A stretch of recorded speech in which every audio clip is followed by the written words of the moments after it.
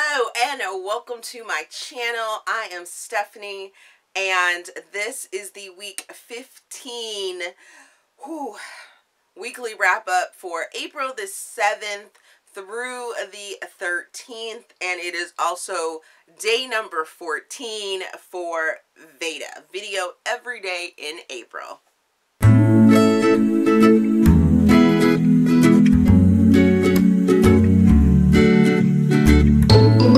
Okay, so it's super early in the morning, and for your weekly wrap up, it was a busy weekend. Threw a birthday party for my son who turned 11 this week, and so crazy. So sorry if I look all sorts of out of sorts, but I wanted to get this out to you guys to make sure I had it out, and I wanted to get it out earlier than I did last week for the weekly wrap up, but we had swim meets last week, and then this weekend we had this party. We don't have anything going on today, so I'm getting this out to you, and I have a lot of things to let you know about. So if you want to skip around in this video and you want to see either last week's stuff or the TBRs that I'm going to be talking about, make sure you check that description box so that if you want to timestamp and jump around, I will have everything listed down below. So let's just get to what I read last week. Last week I started the week off with Dr. Neuro, which is St. Luke's Docuseries number 3 by Max Monroe. I place this in contemporary and I give it 3.5 stars. I give it 2 Steam fans. I listened to it on audiobook. I listened to it for Romanceopolyathon to complete the abs on the front of the cover, a red cover, and new to me author challenge. And this book follows Nick and Charlotte. Nick is a doctor at St. Luke's, and he decided to go away when he was younger to pursue his medicine, and then he comes back to St. Luke's, and Charlotte is the headhunter that's trying to sort of woo him to another place. However, Nick gives her, you know, a list of one complication that why he can't leave the state of New York, and it's his daughter, and then this is their sort of friendship into something more sort of story. I wasn't necessarily feeling it. I mean, I was like, okay, this is sort of interesting, but at the same time it was like, let's throw a whole bunch of stuff in, and it was kind of nerdy, and I liked that aspect of it, but at the same time I just wasn't feeling connected to it at all. The next book that I read was 44 Chapters About 4 Men by Easton. This is a memoir slash rom-com, maybe. I give this book 4 stars. I give it 4 Steam fans, and I listened to it on audiobook. I also listened read this book for Romanceopoly for read on the cover, new to me author, and already owned book.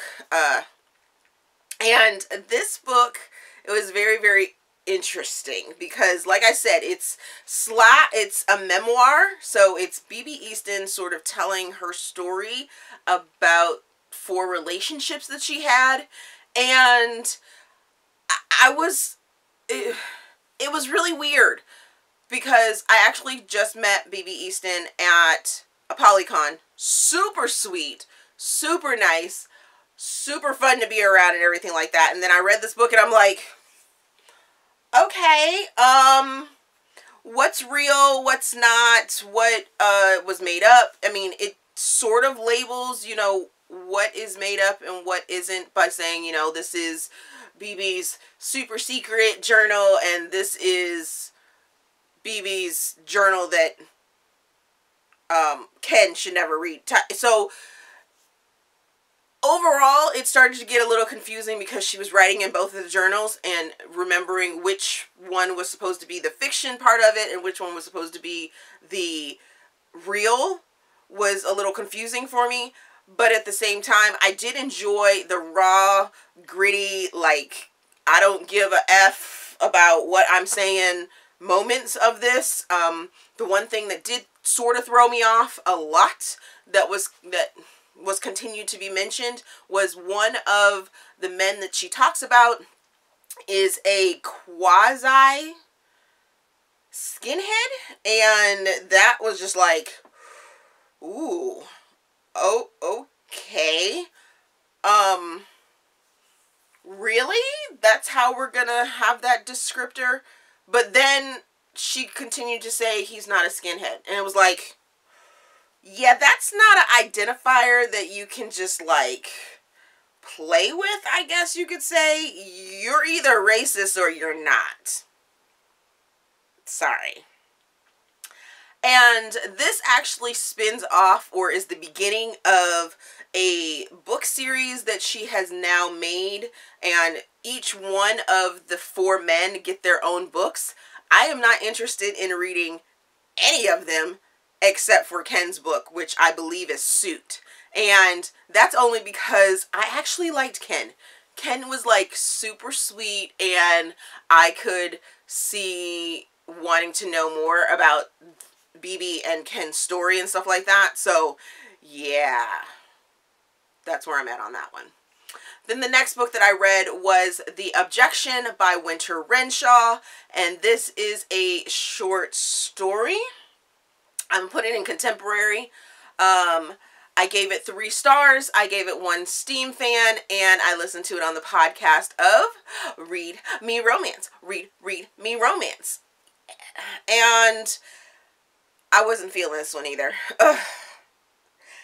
It pained me so much to say that I wasn't feeling this one, because I like Winter Renshaw's writing, and I like a few of her other books. And this one just fell flat for me. It follows Olivia and Gabriel. Olivia is staying at the hotel where she's about to get married, and Gabriel is a divorce lawyer that happens to have a drink with her in the bar. That's all I'm going to say about that, except for the fact that the sex scene that was thrown in on day number 5, I believe, seemed like it was thrown in there just to say that it had a sex scene. I would have been just fine with the 2 of them just going on about their lives after the revelations that happened during the story. But you had to throw in a sex scene that was not even, it wasn't steamy at all to me. So, yeah. Makes me sad, but, The next book that I read was I'm Fine and Neither Are You by Camille Pagan, and this is a women's fiction book. I give it 3 stars, 0 Steam fans. I listened to it on audiobook. I listened to it for Romanceopolyathon for illustrated cover, and this book follows Penelope, who is a mother, a breadwinner, a wife, and she has a huge loss that comes into her life of losing her best friend. Ooh, yeah. So in the beginning of it, I felt really interested and really connected. I was like, oh yeah, you know, this is a, you know, late 30s, early 40s woman that is having a sort of, I wouldn't say midlife crisis, but a reaction to thinking, you know, what's going on with my life.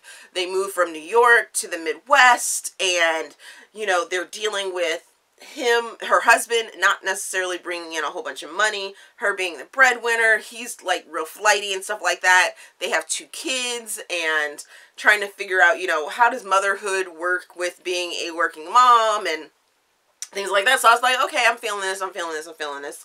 And then she has this like best friend that ends up dying.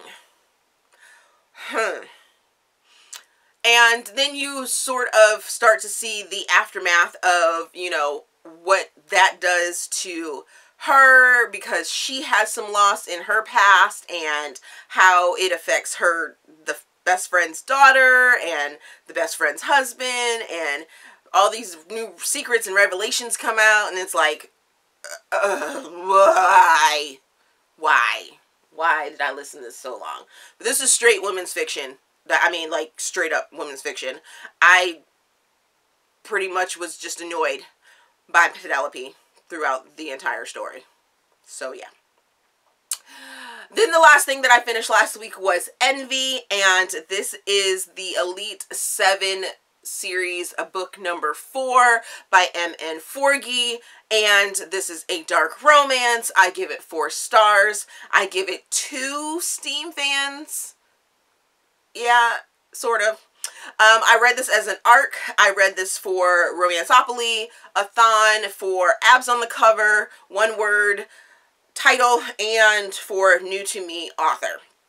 So this book follows Sebastian mainly, and I really got this like creepy Joe feel from the book You, and that pretty much ties up my review on this one. I did not like Joe, but for some reason Sebastian, I was like totally intrigued by him.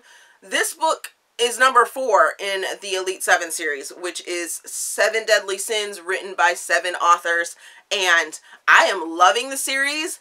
This one was super, super creepy. Super creepy. You definitely need to read the rest of the series to understand where this one comes from, because when we first meet Sebastian in the first book, you know that he's creepy. And then throughout the rest of the books, you understand that he is super, super creepy. And now that you have his book, you get to see how creepy and woo, wow, just, ooh, chills. Chills, chills, chills, chills.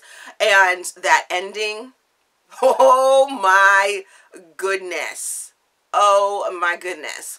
So there was also a bit of a fallout with this series where one of the authors ended up having to pull out. So I'm not exactly sure how the next book is going to fit into this because of the ending, and then with the other author pulling out for the connection and stuff like that. But I can't wait to read the next one that's actually coming out, and I'll talk about that in just a second. But the series is killing me. I'm loving it. I'm loving this series. Like, I'm in on this series. So in on this. So yeah, that ends what I read last week. Let's get into what I read what I'm going to be reading this week while I'm on spring break with my kid. I have a lot going on. So I'm going to be continuing to read Dragonfly and Amber by Diana Gabaldon. I received the art copy of Gluttony, which is by Webster, which is the Elite 7 number 5, which is where I was talking about how Gluttony was actually supposed to be book number 6, but it has gotten moved up to be book number 5. So I'm wondering how that's going to key in. And Greed was supposed to be number 5 and was now moved to number 7. So yeah, I can't wait to see how everything connects, because it should be very, very interesting. Very, very interesting. I have been waiting for this book because Webster is like a dark queen. Dark, taboo, crazy queen. And I can't wait. Can't wait to get into it. And then I am also going to be continuing to read Fumbled by Alexa Martin. And yes, I can't wait to finish reading this book. So that is all the things that I am reading for next week. I participated low-key in Romanceopoly, which you guys were hearing about throughout. And that was a romance or a readathon that was held by the Under the Covers blog and Jess from Peace Love Books to help assist us that are participating in Romanceopoly to sort of cover our boards a little bit more and things like that. I actually don't remember which ones I covered. I will wrap that up in my... Oh, I actually only read one book that went for a space. So the challenges were not necessarily connected to the game board, and they were just some fun challenges that you could possibly work in. Now for me, it was a little harder because the ones that this These challenges were pretty much already done on my game board, so that I could connect to it.